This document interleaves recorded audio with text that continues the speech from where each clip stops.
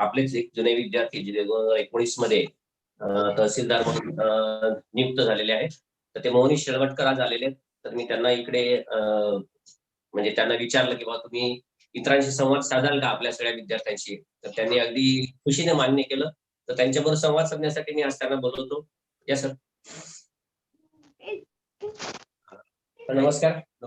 सगळ्या विद्यार्थ्यांतर्फे मी तुमचं स्वागत करतो. आणि आता विद्यार्थ्यांना मी तुम्हाला फक्त विचारतो की एका वेळेला फक्त एकानेच प्रश्न विचारा आणि फक्त तुमच्या स्क्रीनवरती नावं टाका किंवा एका वेळेला फक्त एकानेच. बाकीच्या सगळ्यांनी हे बंद ठेवा आणि तुम्हाला काय विचारायचं ते विचारा. फक्त अर्धा तासच आहेत सर. तर त्यामुळे थोडक्यात जेवढं विचारता येईल तेवढं विचारा. आणि एकूणच त्यांची मी इंटरव्ह्यू पण घेतलेला आहे. तर त्या इंटरव्ह्यू मधनं तुम्हाला बाकीच्या अभ्यासाची वगैरे सुद्धा कशी तयारी करता येईल ते त्यांनी खूप छान सांगितलेलं आहे. इंटरव्ह्यू मी 1-2 दिवसामध्ये युट्यूब वरती अपलोड पण करणार आहे. तर तुम्हाला तो दिसेलच. आता इथे फक्त तुम्हाला काही जस्ट काही विचारायचं असेल तर विचारा, ते उत्तर देतील. ठीक आहे. हा, चालू करा. थँक्यू सर, तुम्हाला संधी दिली बोलण्याची. नमस्कार मित्रांनो. कोणाला काही शंका असल्यास विचारू शकतो. सर मला याच्याबद्दल विचारायचं आहे की सर आम्ही अभ्यास तर करतो पण रिव्हिजन बद्दल सांगा सर, कसं करायचं शेवटपर्यंत वाचलेले हा खूप चांगला प्रश्न विचारलेला आहे. पुस्तकांची करायची असणार आहे कारण आपल्याला एपीएससी मध्ये एकूणच खूप मोठ्या प्रमाणात फॅक्च्युअल इन्फॉर्मेशन असते. बऱ्याचशा गोष्टी काही काळानंतर रिवाइज केल्या नाही तर त्या राहत नाही. माझं अभ्यासाची पद्धती अशी होती की मी जेव्हा वाचायचो तेव्हा समजा मी खूप मुलांचं कसं असतं की पहिल्या पेज पासून सुरुवात करतात एखाद्या पुस्तकाची आणि शेवटच्या पेज पर्यंत 3 ते 4 दिवसामध्ये पूर्ण संपवून टाकतात. आणि हा अभ्यास करायचा सगळ्यात घातक प्रकार आहे, सगळ्यात बकवास प्रकार आहे. अभ्यास असा नसतो करायचा. आपण जर अभ्यास करायला सुरुवात केली, एक चॅप्टर वाचत आहे तुम्ही, तर ते एक चॅप्टर 2 ते 3 वेळा वाचा. ते जेव्हापर्यंत तुम्हाला स्वतःला असं बोलता येत नाही, एका ओळीमध्ये तुम्ही त्याचा सार सांगू शकत नाही, तेव्हापर्यंत ते चॅप्टर वाचा. तर तुम्हाला सगळं स्टोर राहील. आणि त्याच्यानंतर रिव्हिजनचं माझं असं होतं की 24 तासाच्या आत रिव्हिजन झालीच पाहिजे. जर तसं झालं तर मग आपल्याला ती माहिती आपल्याला म्हणजे एक तर ती एक्झामच्या वेळेस आपल्याला कन्फ्युजन होणार नाही आणि आपला अभ्यास पण सुरळीत चालतो. मग आपल्याला अभ्यास करत राहावं पण वाटतं.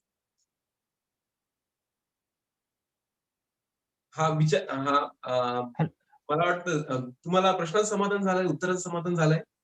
सर माझा प्रश्न होता की इतिहास हा विषय आहे, तर इतिहास विषयाची म्हणजे आपण कमी म्हणजे अभ्यास करून त्याची प्रोडक्टिव्हिटी कशी वाढवू शकतो आणि त्यासाठी आपण काय करायला पाहिजे इतिहास विषयाबद्दल? तुम्ही राज्यसेवेच्या अनुषंगाने विचारताय की कंबाईनच्या अनुषंगाने विचारताय? राज्यसेवा सर. आपण जर राज्यसेवेचा विचार केला ना तर इतिहास हा राज्यसेवेसाठी सगळ्यात अनप्रोडक्टिव्ह विषय आहे. म्हणजे त्याच्यासाठी मटेरियल खूप उपलब्ध आहे, त्याचा सिलेबस खूप मोठा आहे, पण त्याला तितकं वेटेज नाही. आणि शिवाय जे प्रश्न येत आहेत ते पण खूप अनप्रेडिक्टेबल आहे. तर मी इतिहासासाठी सांगतो की प्रिलिमसाठी जेव्हा आपण तयारी करतो तेव्हा एन्शियंट वर भर दिला तर आपल्याला बरेच मार्क्स मिळू शकतात. कारण एन्शियंटवर सगळ्यात जास्त एन्शियंट इंडियावर सगळ्यात जास्त प्रश्न येतात. तर आपण ते बेसिक पुस्तकांमधनं 7वी-8वीच्या पुस्तकांमधनं एन्शियंट जर केलं व्यवस्थित आणि आता जे 11वीचं नवीन पुस्तक आलेलं आहे बाजारामध्ये त्याच्यामधनं एन्शियंट आणि मिडिएव्हलचा आपला चांगल्यापैकी अभ्यास होणं शक्य आहे. आणि मॉडर्नवर मी थोडासा जास्त भर दिला परत. कारण मॉडर्न आणि एन्शियंटवर सगळ्यात जास्त प्रश्न येतात. मिडिएव्हलवर फार कमी प्रश्न येतात. तर मला असं वाटतं की इतिहासासाठी जास्त आपण बाऊ करून घेऊ नये. कारण आपल्याला पूर्णपैकी पूर्ण मार्क्स नाही घ्यायचे. आपल्याला इतरांपेक्षा जास्त मार्क्स घ्यायचे. त्याच्यामुळं आपला अभ्यास पण असा असला पाहिजे. आता जसं इतिहास जितक्या मार्क्सला आहे आणि बाकी विषयांना आपण जितका न्याय देतो, तर तितक्या ह्याच्यामध्ये तितका वेळ अभ्यास करून आपण ह्या विषयामध्ये थोडेफार कमी मार्क्स मिळाले तरी काही हरकत नाही असं मला वाटतं. म्हणजे मला एकूणच सांगायचंय की इतिहासाला प्रिलिम्सला एन्शियंटला फोकस करा आणि मेन्सच्या टप्प्यामध्ये समाज सुधारकावर आणि पोस्ट इंडिपेंडन्सवर फोकस करा तर आपल्याला जास्त मार्क्स मिळू शकतात.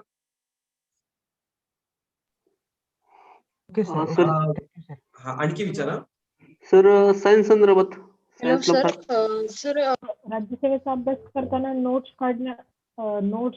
ला म्हणजे किती फायदा होतो नोट्स काढून अभ्यास केल्याचा? नोट्स मी वैयक्तिक स्वतः नोट्स काढत नव्हतो. कारण आपला अभ्यास पण थोडा वास्टच आहे. मग नोट्स काढताना आपल्याला जास्त वेळ जाऊ शकतो म्हणून मी असं करायचो की त्याच्या वेळी जास्त रिव्हिजन करायचो. कारण नोट्समध्ये पण बराच वेळ जातो. मग त्याच्यापेक्षा 2 रिव्हिजन एक्स्ट्रा होऊ शकतात. पण ही स्वतःची पद्धती आहे. कुणाकुणाला नोट्स मधनं अभ्यास करू वाटतं. त्याच्यामुळे याला असं इन जनरल नाही सांगता येणार. पण तुम्ही असं ठरवा की तुम्हाला कशामध्ये जास्त आउटपुट मिळू शकतं. म्हणजे माझ्यासाठी असं होतं की मी म्हणजे अभ्यास केला, एक चॅप्टर वाचलं, की दुसऱ्या दिवशी आणि तिसऱ्या दिवशी परत एक रिव्हिजन करून घ्यायचं. म्हणायचं की जर नोट्स काढला तितकाच वेळ गेला असता त्याच्यापेक्षा 2 रिव्हिजन माझ्या एक्स्ट्रा होऊन जायच्या. आणि नोट्स मी स्वतः प्रयत्न केला 1-2 वेळा नोट्स काढायचा. पण त्या नोट्स मला परिपूर्ण वाटत नव्हत्या. म्हणून मी माझ्या पुस्तकांनाच आपल्या नोट्स म्हणून वापर केला आणि त्याची रिव्हिजन करायचो. सर हॅलो सर बोला तुम्ही. हॅलो लँग्वेजचे जे पेपर आहेत मेन्सला त्याबद्दल थोडं मार्गदर्शन करा ना. मराठी आणि इंग्लिश दोन्ही पण. त्याच्यात डिस्क्रिप्टिव्ह पण आला आणि ऑब्जेक्टिव्ह पण.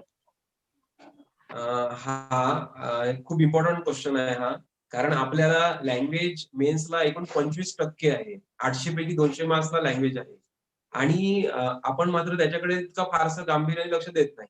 कारण आपण प्रीच्या आधी अभ्यास करत नाही आणि मेन्सच्या टप्प्यामध्ये पण आपण जीएस मध्येच वेळ जास्त घालवतो. तर लँग्वेजमुळे आपल्याला नक्कीच क्लास 1 की क्लास 2 डायरेक्ट इंटरव्ह्यू असं आपलं म्हणजे एकूणच आपली पोस्ट ही खरं तर लँग्वेजवरच करत. कारण जीएस मध्ये एक मार्क्स जास्त घेणं कम्पॅरेटिव्हली कठीण जातं. पण लँग्वेजमध्ये स्कोअर करणं सोपं जाऊ शकते. थोडी मेहनत करून आपण त्याच्यामध्ये स्कोअर करतो. लँग्वेजमध्ये आपल्याला 100 मार्क्सला डिस्क्रिप्टिव्ह आहे आणि 100 मार्क्सला ग्रामर आहे. मराठी आणि इंग्लिश 50-50 असं. तर मी लँग्वेजसाठी सांगतो की आपण ट्रान्सलेशन डिस्क्रिप्टिव्ह जर विचार केला आपण तर ट्रान्सलेशन आपण खूप चांगलं लक्ष देऊन जास्तीत जास्त स्कोअर करू शकतो. त्यानंतर एसेसाठी आपण प्रत्येक आठवड्यातून एकदा एसे लिहून बघितलाच पाहिजे. कारण एसे आपल्याला एकूण 50 मार्क्स आहे. आपण बाकीच्या एखाद्या विषयासाठी 50 मार्क्ससाठी कितीतरी अभ्यास करत असतो. मग त्या कंपॅरिझन मध्ये आपण एसेला मात्र इतकं काही करत नाही. आपल्याला वाटतं की आपण न्यूजपेपर वाचतो, आपण पुस्तकं वाचतो. मग एसेसाठी आपण लक्ष देत नाही. तर एसेकडे जास्त लक्ष आपण आठवड्यातून एकदा किंवा 15 दिवसांतून तरी एकदा जरी एसे लिहून बघितला तरी पण आपण एसे मध्ये आपल्याला शेवटपर्यंत प्रॅक्टिस झालेली असते आणि उत्कृष्ट एसे आपला बनू शकतो. GS1 मध्ये सर कृषी हा टॉपिक सर कसा करायचा आणि GS4 मध्ये सायन्स आणि टेक्नॉलॉजी याच्याबद्दल सांगा सर. तुम्ही याच्या अगोदर अटेम्प्ट दिलेली आहे का एमपीएससी ची?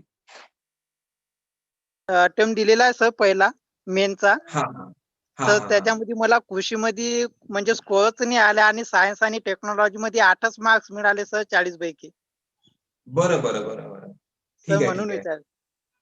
बघा याच्याबद्दल आपण एकदम डिटेल हे घेऊ.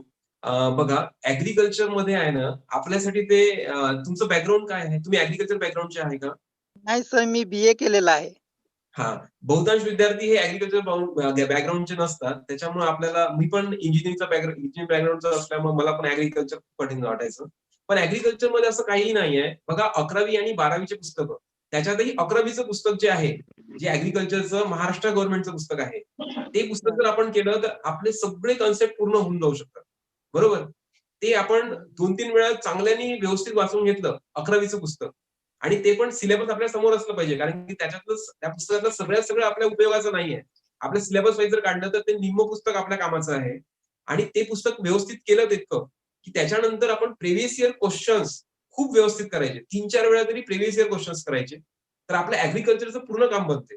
बघा ऍग्रिकल्चर मध्ये ऍग्रिकल्चर BSc MSc पण असतील ना तरी त्यांना पण आउट ऑफ मार्क्स मिळत नाही. ऍग्रिकल्चर मध्ये थोडे आपल्याला एव्हरेज मार्क्स थोडे एव्हरेज मार्क्स मिळतात. पण पेपर 1 GS1 मध्ये आपण जॉग्राफीला खूप जास्त स्कोर करू शकतो. ऍग्रिकल्चरचं 11वीचं मटेरियल मी सांगितलं तुम्हाला. याच्या व्यतिरिक्त मी कोणत्या तरी क्लासचे नोट्स वापरले होते. 20-25 पेजेस नोट्स होते सिलेबस वाईज आणि प्रिव्हियस इयर क्वेश्चन्सवर मी 5-6 वेळा ते प्रिव्हियस इयर क्वेश्चन्स केले होते ऍग्रिकल्चरचे आणि त्याच्यावर आपलं काम बनून जाते. ठीक आहे. आणि सायन्स अँड टेक्नॉलॉजीचं जर आपण बघितलं तर सायन्स अँड टेक्नॉलॉजी मध्ये जे घटक आहे डिझास्टर मॅनेजमेंट आपल्याला GS3 ला पण आहे. काही ओव्हरलॅपिंग आहे. आणि 15 मार्क्सला आपल्याला बायोटेक्नॉलॉजी आहे. बायोटेक्नॉलॉजीसाठी स्टेट बोर्डचं जे पुस्तक आहे बायोलॉजीचं 11व्या वर्गाचं ते जर पुस्तक आपण केलं त्याच्यामधनं फक्त आपल्याला 6 चॅप्टर करायचे रिलेटेड टू बायोटेक्नॉलॉजी. तितकं केलं तर आपले ते 15 मार्क्स तिथनं बनतात आणि त्याच्या बाहेर काहीही करायची आवश्यकता मला तर वाटत नाही, कारण त्याच्या भरोशावर आपण 15 पैकी 10+ मार्क्स आपण स्कोर करू शकतो ते तितक्या पुस्तकाच्या आधारावर. ठीक आहे. आणि बाकीचं मग इस्रोच्या वेबसाईटवरनं इस्रोचा अॅन्युअल रिपोर्ट मधनं आपलं सिलेक्टिव्ह स्टडी करायची, आपले प्रिव्हियस इयर क्वेश्चन समोर ठेवून, तर आपल्याला ती पण आउट ऑफ मार्क्स मिळू शकतात. इस्रो रिलेटेड जवळपास 4 ते 5 प्रश्न असतात. आता झालेले उडान आणि परत तिथले त्यांचे सेंटर देशामध्ये कुठे कुठे आहे, अशावर ते प्रश्न सातत्याने विचारत आलेले आहे. तर तसे पॉईंट पण बघून तिथे आउट ऑफ मार्क्स त्या प्रश्नांमध्ये घेऊ शकतो. आणि सोबतच आपण आहे ना त्याच्यामध्ये आपण बघितलं कम्प्युटरमध्ये मला मार्क्स पडत नव्हते, तर मी फक्त प्रिव्हियस इयर क्वेश्चन्स केले होते. आणि अशा पद्धतीने आपण सायन्स अँड टेक्नॉलॉजीमध्ये आहे ना वेबसाईट्सचा भरपूर फायदा करून घेऊ शकतो. आणि आपण जी आपल्या सिलेबसमध्ये ओळ आहे, लाईन आहे, ते आपण जर नेटवर सर्च केलं, त्याच्याशी रिलेटेड मिनिस्ट्री मधली वेबसाईट, त्या मिनिस्ट्रीच्या वेबसाईटवर जायचं आणि अबाउट अस मधलं वाचून घ्यायचं. तितकं काम केलं तर आपल्याला सायन्स अँड टेक्नॉलॉजीमध्ये भरपूर मार्क्स मिळू शकतात. Thank you sir. अजून कोणाला काही विचारायचं आहे? Hello sir. हॅलो हा विचारा. हॅलो बोला. सर, माझ्या सर्व प्री क्रॅक होतात पण मेन्सच क्रॅक होत नाही, तर काय करावं लागेल मला? बरं. म्हणजे मी आतापर्यंत बऱ्यापैकी सर्व प्री क्रॅक केलेले आहेत पण मेन्स होतच नाही माझी क्रॅक. बरं बरं बरं. बघा, खरं तर आहे ना एमपीएससीचा प्री क्रॅक करणं कठीण आहे, मेन्स क्रॅक करणं कम्पॅरेटिव्हली सिस्टमॅटिक. आणि एक आपलं एक स्पेसिफिक प्री साठी इतकं स्पेसिफिक सिलेबस नाही. आयोगाने फक्त एका पेज मध्ये पूर्ण सिलेबस कव्हर केलेला आहे, पण मेन्सला खूप सिस्टमॅटिक सिलेबस दिलेला आहे. खरं पाहिलं तर प्रिलिम्स क्रॅक करायला प्रॉब्लेम जातो मुलांना. मेन्स साठी आहे ना आपण जे आतापर्यंत पेपर दिलेले आहे त्यांचं आपले काय उत्तर चुकले, कुठे चुकले, ते आपण त्याचं अनालिसिस केलं पाहिजे. आणि एकूणच जे प्रिव्हियस इयर क्वेश्चन्स आहेत ते कोणकोणत्या पार्ट मधनं येत आहे पुस्तकामधल्या, ते पॅराग्राफ व्यवस्थित केले पाहिजे. म्हणजे मला हे म्हणायचं आहे की प्रत्येक प्रश्नाचं स्पष्टीकरण करून घ्या. जर तसं केलं तर आपल्याला आहे ना बरेचसे समोर काय प्रश्न येऊ शकतात ते पण माहीत पडायला लागतं. बघा, एकूण आपल्या राज्यसेवा मेन्स पैकी जवळपास 20% प्रश्न हे रिलेटेड असतात, जुन्या प्रश्नांची रिलेटेड, किंवा काही काही रिपीट सुद्धा आलेले आपल्याला दिसतात. तर मग तशा आपल्या चुका दुरुस्त करून आणि प्रिव्हियस इयर क्वेश्चनची भरपूर प्रॅक्टिस केली तर तुमची मेन्स नक्की निघणार आहे. बघा, तुम्ही आता याच्या अगोदर प्रिव्हियस इयर क्वेश्चन्स केलेले आहेत का? हो केलेले आहेत सर, पण म्हणजे आता सध्या लॉकडाऊन मध्ये खूपच जास्त केले. मी अगोदर जरा थोडंसं कमीच केलं होतं. बरं. बघा, प्रिव्हियस इयर चुका आपल्या दुरुस्त करा आणि लँग्वेजवर भर द्या. लँग्वेजवर भर दिलं तर मेन्सला बघा तो असा पार्ट आहे की दुर्लक्षित केला जातो, पण तिथे भरपूर स्कोर झाला तर डेफिनेटली तुम्हाला पोस्ट मिळेल. तर मला तुम्हाला सांगायला आवडेल की सरांनी स्वतः 2 मेन्स दिलेले आहेत आणि 2 इंटरव्ह्यू दिलेले आहेत. आणि पहिल्या इंटरव्ह्यू नंतर दुसऱ्या इंटरव्ह्यूला जाताना त्यांना कुठल्याचा फायदा झाला, म्हणजे सरांनी मगाशीच मला इंटरव्ह्यू मध्ये पण सांगितलं की सर 25% आमच्याकडे जे मार्क्स आहेत ते फक्त लँग्वेजसाठी आहेत. मग जर 25% मार्क्स असतील लँग्वेजमध्ये तर त्याचा कसा फायदा होतो ते बघा. आणि लँग्वेजला डिस्क्रिप्टिव्ह केल्यामुळे त्यांचा इव्हन ग्रामरमध्ये सुद्धा स्कोर वाढला. तर मी सगळ्यांना फक्त हेच सांगू इच्छितो की एकच लक्षात ठेवा की ऑब्जेक्टिव्हचा अभ्यास तुमचा कमी जरी असेल ना तरी सुद्धा डिस्क्रिप्टिव्हमुळे तुमच्या ऑब्जेक्टिव्हचे मार्क्स सुद्धा असेच 7-8 मार्क्स वाढतात. आणि जवळजवळ सरांना यावर्षी 25 ते 30 मार्काचा बेनिफिट हा फक्त लँग्वेजमुळे झालेला आहे, आणि तो पण इंग्लिशमुळे. इंग्लिश डिस्क्रिप्टिव्ह केल्यामुळे मराठीचा जो त्यांचा स्कोर कसा वाढलाय ते पण ते तुम्हाला सांगतील. नक्कीच हॅलो सर, सर. की डिस्क्रिप्टिव्हचा फायदा हा खूप जास्त होतो, कारण डिस्क्रिप्टिव्ह मध्ये सगळ्यांना स्कोर होत नाही, पण आपण थोडे एफर्ट्स घेतले तर डिस्क्रिप्टिव्ह मध्ये प्रचंड स्कोर आपला वाढू शकतो. आणि डिस्क्रिप्टिव्ह इंग्लिशची तयारी करता करता ग्रामरचं पण म्हणजे वाढतं. तर तुम्हाला जर मेन्स मध्ये आणखी मार्क्स वाढवायचे आहे ना तर तुम्ही लँग्वेज मध्ये आणखी मार्क्स वाढवा. आणि माझे मार्क्स म्हणजे सरांचं जर तुम्हाला सरांचं गायडन्स असल्यामुळे तर तुमचे प्रचंड मार्क्स वाढणार आहेत. कारण मला तर वैयक्तिकरित्या सरांचा खूप फायदा झाला. म्हणजे डिस्क्रिप्टिव्ह इंग्लिशमुळे मराठी डिस्क्रिप्टिव्हला पण फायदा झाला, कारण ट्रान्सलेशन, प्रेसिस वगैरे हे एकदम म्हणजे रिलेटेड आहे. आणि इंग्लिशच्या डिस्क्रिप्टिव्ह मध्ये ग्रामर पण घ्यायचे, त्याच्यामुळं ते ग्रामरचं पण खूप चांगलं झालं. मला असं वाटतं की लँग्वेजकडे जास्त फोकस केला ना तर आणखी प्रचंड मार्क्स वाढू शकतात. Hello sir. हॅलो. हा विचारा. सर तुमच्या म्हणजे तुम्ही सांगितलं आता की क्वेश्चन पेपरचा खूप महत्व आहे म्हणजे तर तुम्ही अनालिसिस तुमच्या अनुषंगाने तुम्ही अनालिसिस क्वेश्चन पेपरचं कसं करत होते क्वेश्चन? मी काय करायचं, मी तुम्हाला खरं सांगायचं तर मी प्रिलिम्स पर्यंत मेन्सचा अभ्यास पूर्ण करून ठेवलेला होता. मी प्रिलिम्स पर्यंत मेन्सची पूर्ण तयारी करून ठेवलेली होती आणि प्रिलिम्स ते मेन्सचं जे गॅप असते बघा, मेन्सच्या टप्प्यामध्ये मी जास्तीत जास्त प्रिव्हियस इयर क्वेश्चन्स अनालिसिस केले. म्हणजे आम्ही ग्रुप डिस्कशननी अभ्यास केला. आम्ही 3 मित्र होतो आणि तिघांनी जे प्रश्न सेपरेट करून त्याच वेळेस टॉपिक वाईज क्वेश्चन सेपरेट केले होते आम्ही क्वेश्चन पेपर मधनं मुख्य परीक्षेचे आणि ते प्रश्नांचं सखोल असं विश्लेषण करून घेतलं. म्हणजे ते टॉपिक लगेच पुस्तकामध्ये शोधायचं आणि तेव्हा त्या पुस्तकातला ते संबंधित पॅराग्राफ वाचून घ्यायचं. समजा पार्लमेंट मधलं किंवा इंटरस्टेट कौन्सिलचा प्रश्न आलेला आहे तर इंटरस्टेट कौन्सिलची रिलेटेड पार्लमेंटशी रिलेटेड तितकं वाचून घ्यायचं. मग अशा पद्धतीने आम्ही तिघांनी मिळून कॉर्डिनेशन मध्ये अभ्यास केला. खूप जास्त प्रिव्हियस इयर क्वेश्चन्स केले आणि त्याचा प्रचंड फायदा हा झाला की आपलं मटेरियल कमी होते. मग म्हणजे अभ्यास करायचा आपल्याला माहित पडतं की हा एरिया जास्त इम्पॉर्टंट आहे. इतक्या एरियामध्ये आपण मेहनत केली की कन्फर्म प्रश्न येण्याचे चान्सेस जास्त आहे आणि तशा पद्धतीने मग आपला स्कोर कमी वेळामध्ये वाढू शकतो. राज्यसेवा आणि कंबाईन तयारी सोबत कशी करायची सर? राज्यसेवा आणि कंबाईनची सोबत तयारी बद्दल सांगताल तुम्ही? करता येईल, नक्कीच करता येईल. राज्यसेवा आणि कंबाईनची तयारी तुम्ही माझ्या मते राज्यसेवेची तयारी करा. तुमचं कंबाईन 100% निघेल. कारण खूप जास्त फरक नाहीये आणि आपल्याला राज्यसेवेची तयारी करताना जास्त वाचायची सवय पडते. तेच आपण कंबाईन कडे वळलो ना तर आपल्याला छोटे पुस्तक वाचायची सवय राहते. तर मग आपलं एक्झामच्या टाइमचं तारतम्य खराब होऊ शकते. त्यापेक्षा राज्यसेवेची तयारी करा तर तुमचं कंबाईन 100% निघते. डेफिनेटली तुम्ही राज्यसेवा आणि कंबाईन एकाच अटेम्प्ट मध्ये काढू शकता. त्याच्यासाठी तुम्ही राज्यसेवेपर्यंत राज्यसेवेची तयारी करून आणि त्यानंतर कंबाईनच्या एक्झामचं जे शेवटचं 20-25 दिवस राहतील तेव्हा फक्त स्पेसिफिक कंबाईन एक्झाम रिलेटेड अभ्यास पूर्ण करू शकता आणि दोन्ही परीक्षा काढू शकता तुम्ही. हॅलो. हा सर, अभ्यास करत असताना अनसिक्युअर वाटत असतं कधी कधी नाही झालं तर वगैरे त्यावेळेस कसं टॅकल करायचं तुम्ही? हा खूप चांगला प्रश्न विचारलेला आहे तुम्ही. हा तुम्हाला नाही, हा मला पण प्रश्न होता अभ्यास करताना. बघा आपल्याला कसं असं सतत असं प्रत्येक तिसऱ्या दिवशी वाटत राहतं की आपलं सिलेक्शन होणार की नाही. बघा ही भीती सगळ्यांनाच आहे. पण तुम्हाला एक गोष्ट सांगतो, आयोगाने जे सिलेबस दिलेला आहे त्याच्या बाहेर आयोग काही विचारत नाही आणि मेन्सला तर आयोग इतकं स्पेसिफिक जातं की जे सिलेबस आहे आपल्याला माहित असतं की ह्या पॉईंटवरनं सहसा 10 ते 12 प्रश्न येतात. म्हणजे इतकं सिस्टमॅटिक मेन्सचं पॅटर्न आहे. मग आपण सिलेबस एकदम पाठ करून सिलेबस नुसार अभ्यास करून आणि प्रिव्हियस इयर क्वेश्चनचा जास्तीत जास्त सराव केला की आपल्याला माहीतच होऊन जाते एक्झामच्या आधीच की आपला अभ्यास आता बरोबर दिशेला चाललाय. मग कळतंय का मी काय म्हणतोय? आणि इनसिक्युरिटी जी आहे ना, इनसिक्युरिटी आपण जर अभ्यास केला ना तर इनसिक्युरिटी आपली कमी होत जाते. तुम्ही जास्तीत जास्त अभ्यास जेव्हा बघा अभ्यास म्हणजे किती तास करतो याला महत्व नाही. अभ्यास किती क्वालिटी करतो याला महत्व आहे. आपण 1 तास अभ्यास केला तर आपल्याला 1 मार्क मिळाला पाहिजे.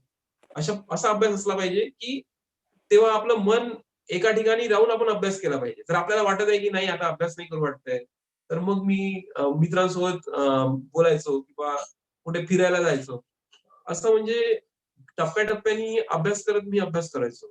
मला वाटतं की तुम्ही इन्सिक्युअर नका राहू. तुम्ही स्वतःला हेच ठरवा की ही अटेम्प्ट माझी शेवटची आहे आणि याच्यानंतर मी अटेम्प्ट देणार नाही. जितकं मला कष्ट करायचं ह्या अटेम्प्टला करायचंय. तर तसं केलं ना तर डेफिनेटली तुमचं सिलेक्शन होणारच आहे बघा.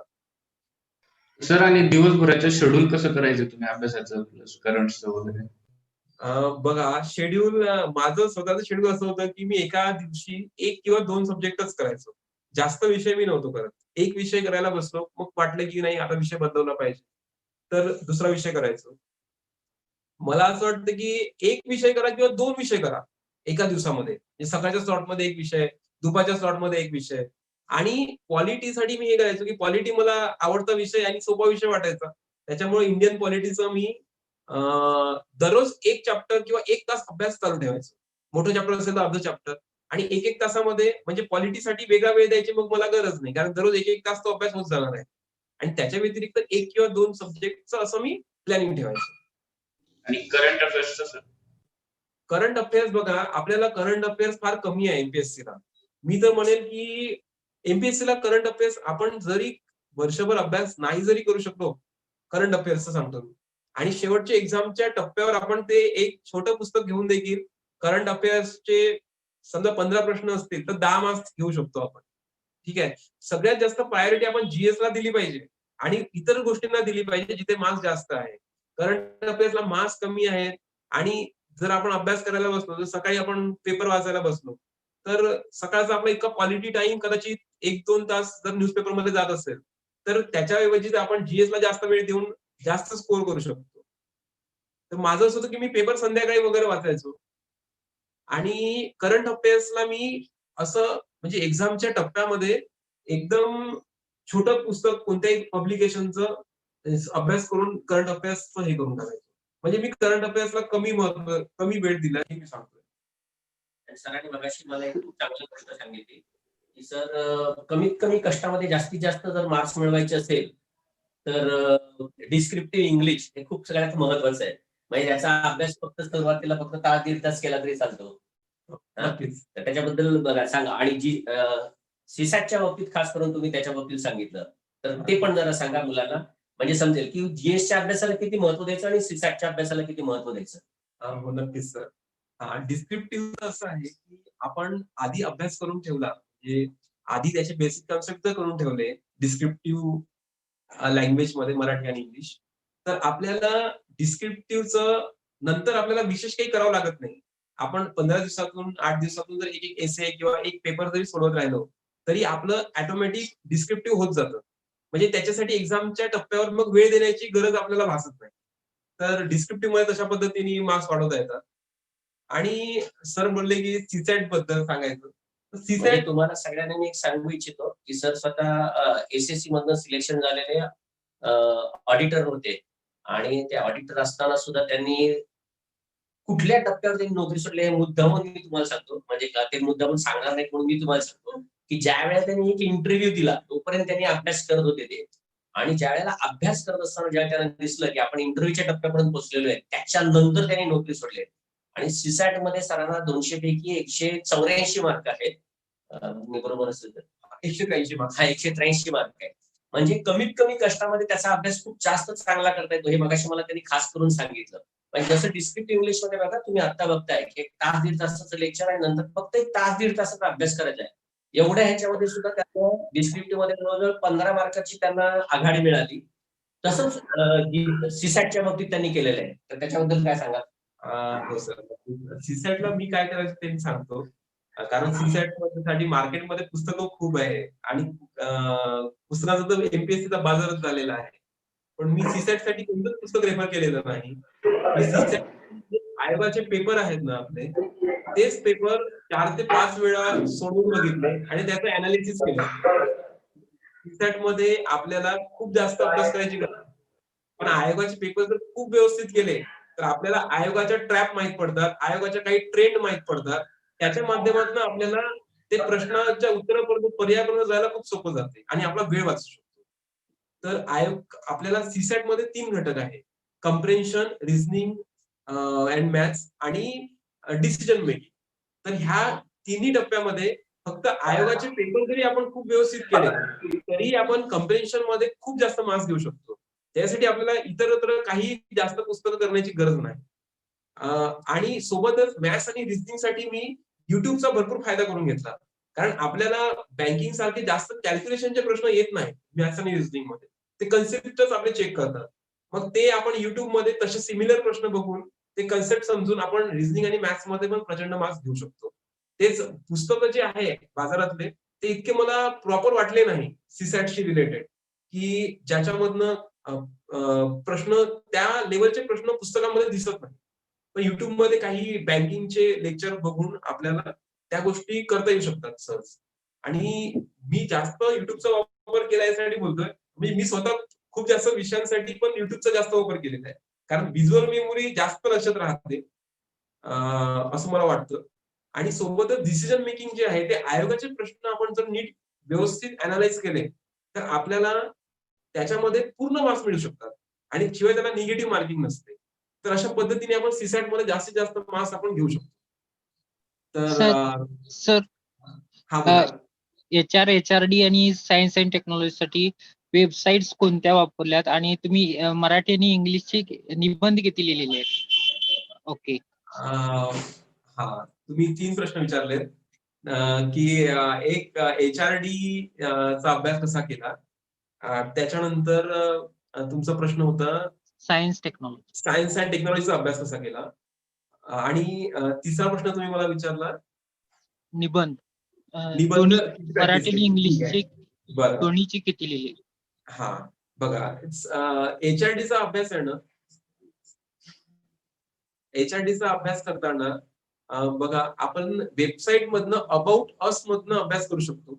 ठीक आहे, ती पर्टिक्युलरली समजा बाल कल्याण आहे तर WCDच्या वेबसाईटवर जाऊन आपण अबाउट असचा अभ्यास करू शकतो. सोबतच आहे ना, म्हणजे वेबसाईटवरनं अबाउट अस जर आपण करत गेलो त्या पर्टिक्युलर वेबसाईटचं, तरी आपलं HRD मधलं काम बनत जाते.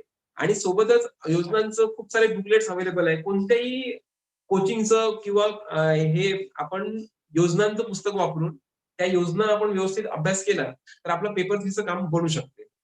ठीक आहे, आणि तुमचा दुसरा प्रश्न होता की सायन्स अँड टेक्नॉलॉजीसाठी काय केलं. तर सायन्स अँड टेक्नॉलॉजीसाठी स्टेट बोर्डचं 11वीचं की 12वीचं पुस्तक आहे बायोलॉजीचं, ज्याच्यामधनं बायोटेक्नॉलॉजी आपल्याला 5-6 चॅप्टर मध्ये खूप व्यवस्थित होऊन जातं. आणि सोबतच इतरही जे टॉपिक आहे ते वेबसाईटवर जाऊन अबाउट अस आपण केले, इस्रोवर अबाउट अस आणि त्यांचा annual report, disaster management, nuclear टेक्नॉलॉजीसाठी आपण बार्कच्या वेबसाईटवर अबाउट अस केलं, तर त्यासाठी आपण तेवढं करून आपण आपला सायन्सचा अभ्यास पूर्ण करू शकतो. बघा, सायन्ससाठी मार्केटमध्ये इतकं व्यवस्थित प्रॉपर पुस्तक अवेलेबल नाही आहे, पण आपण वेबसाईटवरनं खूप कमी वेळेमध्ये ते सगळं करून घेऊ शकतो. मिनिस्ट्री ऑफ पॉवरच्या वेबसाईटवरून केलं तर आपल्याला 5-6 मार्क्सचे प्रश्न तिथं सापडतात. ते energy related ministry of power आणि ministry of non renewable energy sources ह्या वेबसाईटवरनं बरेचसे प्रश्न अबाउट अस मधले आपल्याला दिसून येतात. त्याच्यानंतर तुमचा तिसरा प्रश्न हा होता की निबंध साठी काय केलं. तर मी निबंधासाठी आहे ना संडे हा दिवस राखून ठेवायचो. संडे या दिवशी मी निबंधाचं एक निबंध लिहून बघायचो. म्हणजे असे जवळपास मी 50 निबंध लिहून बघितले असतील. त्याचा फायदा हा झाला की मेन्सच्या तयारीच्या वेळेस मला मग निबंधाची वेगळी तयारी करावी लागली नाही. तर म्हणजे आपण, आणि ही थोडी ग्रॅज्युअल प्रोसेस आहे. निबंध आपण दररोज करून इतकं नाही इम्प्रूव्ह करू शकणार, पण आपण अधूनमधून करून खूप चांगले निबंध आपण लिहायला लागतो मग. आणि प्रेसिज रायटिंगसाठी आपण जेव्हा न्यूजपेपर वाचतो ना, तेव्हाच थोडंसं अधूनमधून दिवसामध्ये आपण विचार करायचा की याचं प्रेसिज काय करता येईल आपल्याला. म्हणजे दोन्ही कामं आपले होतात, न्यूजपेपर पण वाचून होतो आणि प्रेसिज पण आपले होऊ शकतात. सरांनी तर क्लासमध्ये म्हणजे न्यूजपेपर्सच घेतात, त्याच्यामुळं तसं करंट अफेअर्सला पण आपला मग फायदा होऊ शकतो प्रेसिज रायटिंगचा. Thank you sir. Okay, thank you. छान वाटलं तुमचे प्रश्न. थँक्यू सो मच, तुम्ही मला सहन केलं. सर धन्यवाद. तुम्हाला डिस्ट्रिक्ट हा बोला, शेवटचा प्रश्न विचारा. इंग्लिश डिस्क्रिप्टिव्हला किती स्कोर होता तुमचा, मराठी इंग्लिश? मला इंग्लिश डिस्क्रिप्टिव्हला मला 28 मार्क्स आहे. हा ठीक आहे, थँक्यू. आणि दोन्ही सगळं मिळून किती होते, ऑब्जेक्टिव्ह आणि डिस्क्रिप्टिव्ह दोन्ही मिळून? ऑब्जेक्टिव्ह आणि सब्जेक्टिव्ह म्हणून ऑब्जेक्टिव्ह आणि डिस्क्रिप्टिव्ह मिळून किती स्कोर होता? मला 120च्या आसपास असतील, मला एक्झॅक्ट आठवत नाही आहे. 120 प्लस मायनस. सर मेन्सची समजा प्रिलिम होण्याच्या अगोदर कोणते सब्जेक्ट मेन्सचे करायला पाहिजेत आणि प्रिलिम नंतर मेन्सच्या पेपरच्या अगोदर कोणते होऊ शकतात, त्याबद्दल थोडक्यात सांगा. मी स्वतःच सांगतो की मी प्रिलिम्सच्या आधी मेन्सचा अभ्यास पूर्ण करायचा प्रयत्न केला होता. फक्त कायदे मी शिल्लक ठेवले होते मेन्सच्या अभ्यासासाठी, कारण ते जास्त फॅक्च्युअल आहे, त्यांना कलम पाठ करावंच लागतात वेळेवर. बाकीचा सगळा अभ्यास मी प्रिलिम्स पर्यंत कव्हर केलेला होता. आणि त्याचा फायदा आपल्याला प्री ते मेन्सच्या रिलेशन मध्ये हा पडतो की मग आपला स्मूथली प्री ते मेन्स अभ्यास आपला होतो. ठीक आहे, thank you so much. Sir thank you. Thank you. Good day. Good day. बरं, सरांना आता निघायचंय, त्यामुळे मी जास्त हे करत नाही. तरी त्यातल्या त्यात त्यांनी जे काय आपल्याला सांगितलं ते भरपूर आहे. आणि थोडक्यात एकच लक्षात ठेवा, इंग्लिशमध्ये इथे सुद्धा असताना त्यांना जो काही मी अभ्यास करायला सांगितला होता, जो आज मी तुम्हाला सगळ्यांना देतोय, तोच अभ्यास त्यांनी केलेला आहे. कळलं. आणि त्यांनी स्वतःच म्हटलं की डिस्क्रिप्टिव्ह केल्यामुळे ऑब्जेक्टिव्ह मध्ये कसे मार्क्स वाढले ते. त्यामुळे फक्त अभ्यास करत राहा आणि सगळ्यांनी मगाशी इंटरव्ह्यू मध्ये सरांनी खूप महत्वाचं सांगितलं की त्यांनी पूर्व परीक्षेचा असा विशेष काही अभ्यास केलाच नाही, की त्यांनी मुख्य परीक्षेचा जास्त अभ्यास केला, की ज्या मुख्य परीक्षेच्या अभ्यासामुळे त्यांना पूर्व परीक्षेमध्ये खूप फायदा झालेला आहे. ओके, चलो, थँक्यू व्हेरी मच, बाय.